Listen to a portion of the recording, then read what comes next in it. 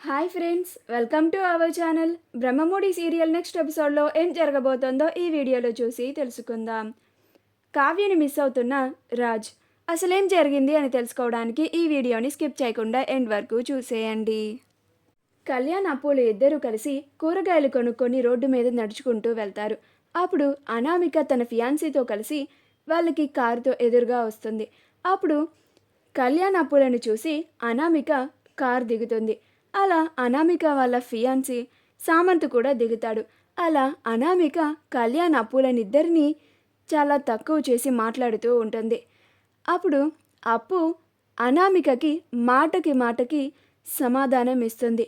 ఆ తరువాత కళ్యాణ్ అప్పులు ఇద్దరు అక్కడ నుంచి వెళ్ళిపోతుండగా అనామిక, ఏంటి మీ పనులకి లేట్ అయిపోతుందా అని అంటుంది.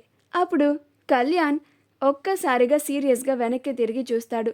అప్పుడు అనామిక, ఎందుకంత కోపం? నేనేమన్నా తప్పుగా అన్నానా? మీరు వెళ్ళి ఆ బ్రెడ్ ముక్కలు బన్ను ముక్కలు అమ్ముకోవడమేగా, అదే కదా మీకు వచ్చిన పని, ఇంకే పని మీకు రాదు కదా అని అంటుంది. అప్పుడు అప్పు, కళ్యాణ్ ఒక జాబ్ చేస్తున్నాడు తెలుసా అని అంటుంది. ఆ మాటకి అనామిక ఆశ్చర్యపోయి, ఏంటి కళ్యాణ్, నువ్వు జాబ్ చేస్తున్నావా?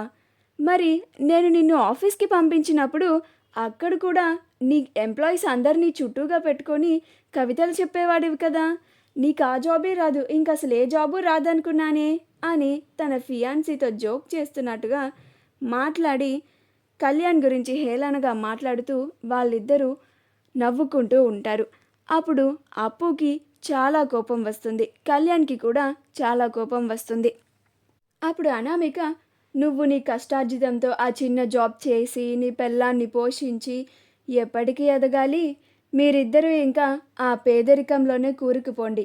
నేను చూడు చాలా చక్కగా ఎంత మంచి లైఫ్ని ఈ సామంతితో అనుభవిస్తున్నాను అని అంటోంది. అప్పుడు అప్పు, ఇప్పుడేముంది, ముందుంది ముసళ్ళ పండగ, నీ నిజస్వరూపం తెలిసాక ఈ బ్రో అయినా నిన్నెంతకాలం ఉంచుకుంటాడులే, ఈ కళ్యాణ్ గెంటేసినట్టు అప్పుడు మళ్ళీ నిన్ను ఈ బ్రో గెంటేస్తాడు, అప్పుడు మళ్ళీ నువ్వు వచ్చేది ఈ రోడ్డు మీదకే కదా, అప్పుడు కలుసుకుందాం, నువ్వు రాకుచి అని కళ్యాణ్ని అక్కడి నుంచి తీసుకెళ్ళిపోతుంది. అప్పుడు అనామికకి అప్పు అన్న మాటలకి చాలా కోపం వస్తుంది. అప్పుడు సామంత్, నేను ముందే చెప్పాను కదా అనామిక, మనకి వాళ్ళతో ఎందుకు అని, సరే పద ఇప్పుడు చూడు తనన్న మాటలకి ఎంత ఫీల్ అవుతున్నావో అని అంటాడు. అలా సామంత్ అనామికని అక్కడి నుంచి తీసుకొని వెళ్ళిపోతాడు. కావ్య మూర్తితో కలిసి మట్టి పిసుకుతూ బొమ్మలు చేయడానికి సహాయం చేస్తూ ఉంటుంది. అది చూసిన కనకం కోపంగా కావ్య వాళ్ళ దగ్గరికి వచ్చి, ఏంటయ్యా నువ్వు, పెళ్ళైన ఆడపిల్ల అత్తగారింటికి వెళ్లకుండా పుట్టింట్లో ఉంటే నువ్వు దాన్ని నచ్చజెప్పి అత్తగారింటికి పంపించకుండా ఇలా మౌనంగా అది ఏది చెప్తే దానికి గంగిరెద్దులాగా తలుపుతున్నావేంటి? అసలు నిన్ననాలయ్యా ముందు, కూతురు నేను ఇలా అత్తగారింటికాడ నుంచి గొడవయ్యి వచ్చేసాను నాన్న అంటే నచ్చ చెప్పి, అది కాదమ్మా ఇది అని మంచి చెడులు చెప్పి పుట్టింటి దగ్గర నుంచి అత్తగారింటికి పంపించాలి, అంతేకాని ఇలా నీతో పాటు కూర్చోబెట్టుకొని మట్టి పిసుక్కుంటూ మట్టి బొమ్మలు చేస్తున్నావేంటయ్యా అని అంటుంది. అప్పుడు మూర్తి, ఇప్పుడు నీకేమైందే కనకం, ఇలా మాట్లాడుతున్నావేంటి అని అంటాడు. అప్పుడు కావ్య కనకం అన్న మాటలకి ఆలోచిస్తూ ఉంటుంది. కావ్యకి నేను ఎక్కువ కాలం పుట్టింట్లో ఉండడం కూడా కరెక్ట్ కాదు అన్న ఆలోచన కావ్యకి వస్తూ ఉంటుంది.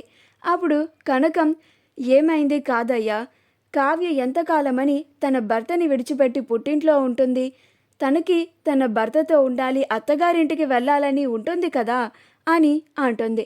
అప్పుడు మూర్తి, నేను ఎప్పుడైనా ఒకటే మాట చెప్తాను కనకం, అమ్మ కావ్య, నువ్వు నీ భర్త దగ్గర ఉండాలి, నీ అత్తగారింటికి వెళ్తాను అంటే మాకు ఎలాంటి అభ్యంతరం లేదు, అది కాకుండా నీకు అక్కడికి వెళ్ళడం ఇష్టం లేదు, నీకు అక్కడికి వెళ్ళాలంటే మనసు చంపుకొని వెళ్ళాలి అంటే అది ఎవరి కోసం చేయొద్దమ్మా, అది ఆఖరికి మా కోసమైనా సరే, నీకు ఇష్టం ఉండి నీ భర్తతో కాపురం చెయ్యాలి అంటేనే, నువ్వు మనస్ఫూర్తిగా వెళ్తాను అంటేనే ఆ ఇంటికి వెళ్ళు, అంతేకాని నీ మనసు చంపుకొని మాత్రం బతుకు అని మాత్రం నీ కన్న తల్లిదండ్రులుగా మేము ఆ మాట చెప్పము అని అంటాడు. అప్పుడు కావ్య కూడా నేను ఎప్పటికైనా నా అత్తగారింటికి వెళ్ళాల్సిందే కదా అని ఆలోచిస్తూ ఉంటుంది. అప్పుడు కావ్య అక్కడి నుంచి తన గదిలోకి వెళ్ళిపోతుంది. అప్పుడు మూర్తి, చూసావా అమ్మాయి ఎలాంటి బాధ లేకుండా చక్కగా చలాకీగా నాతో కూర్చొని సంతోషంగా ఉంది. నువ్వే ఇప్పుడు వచ్చి ఆ మాటలని మళ్ళీ బాధపడేలాగా చేస్తున్నావు అని అంటాడు. అప్పుడు కనకం, లేదయ్యా, అది తన భర్తని గురించి గుర్తు తెచ్చుకొని బాధపడటం నేను నిన్న నా కళ్ళారా చూశాను. అది నిన్న వాళ్ళ పెళ్లి ఫోటోని పట్టుకొని బాధపడడం నేను చూశాను. అందుకే ఇప్పుడు వచ్చి అలా మాటలు అన్నాను అని అంటుంది. అప్పుడు మూర్తి, అయితే మనం అమ్మాయి అల్లుడు గారి కాపురం గురించి ఆలోచించాలి అని అంటాడు. అప్పుడు కనకం, అవునయ్యా అని అంటుంది. రాజ్ ఫ్రెష్ అయిన తర్వాత భోజనం తినడానికి కిందకి వస్తాడు. అలా శాంత వంట చేసి రాజ్కి, అపర్ణలకి అందరికీ వడ్డిస్తూ ఉంటుంది. అప్పుడు రాజ్ భోజనం తింటుంటే తనకు అసలు ఆ టేస్టే నచ్చదు. ఏంటి శాంత ఇది, అప్పుడు అంత బాగా చేశావు, ఇప్పుడేంటి ఇంత దరిద్రంగా చేశావు అని అంటాడు. అప్పుడు అపర్ణ, అప్పుడు భోజనం వంట చేసింది శాంత కాదు, నీ భార్య. ఈ ఇంట్లో అందరూ ఈ ఏడాది పాటు చక్కగా తృప్తిగా భోజనం చేశారంటే ఆ పుణ్యం నీ భార్య కళావతిది. ఇంత బాగా కళావతి వంట చేస్తేనే తిననివాడివి నీ భార్యని ఎందుకురా అన్ని మాటలు అన్నావు అని అంటుంది. అప్పుడు రాజ్, ఏంటసలు నేను కళావతికి ఇంతలాగా అలవాటు పడిపోయానా అని అనుకుంటూ ఉంటాడు. అప్పుడు అపర్ణ వెళ్ళి నీ భార్యని క్షమాపణ అడిగి ఇక్కడికి తీసుకొచ్చుకొని నీకు నచ్చిన వంటలు చేయించుకొని తిను. అప్పుడు నువ్వు బాగా తృప్తిగా కడుపు నిండా తింటావు. శాంత చేసినా నేను చేసినా కానీ నువ్వు తినలేవు. ఎందుకంటే నువ్వు నీ భార్య వంటకి అంతలాగా అలవాటు పడిపోయావు కాబట్టి అని అంటుంది. అప్పుడు రాజ్, ఆ కళావతికి చాలా పొగరు. నేను వెళ్ళి అడిగినా కానీ మన ఇంటికి రానంది. శాంత, నువ్వు వడ్డించు, నేను ఇదే తింటాను అని బాగోకపోయినా మనసులో తిట్టుకుంటూ అదే తింటాడు. కానీ రాజ్కి ఆ భోజనం అస్సలు నచ్చదు. అయినా సరే తప్పక తింటాడు.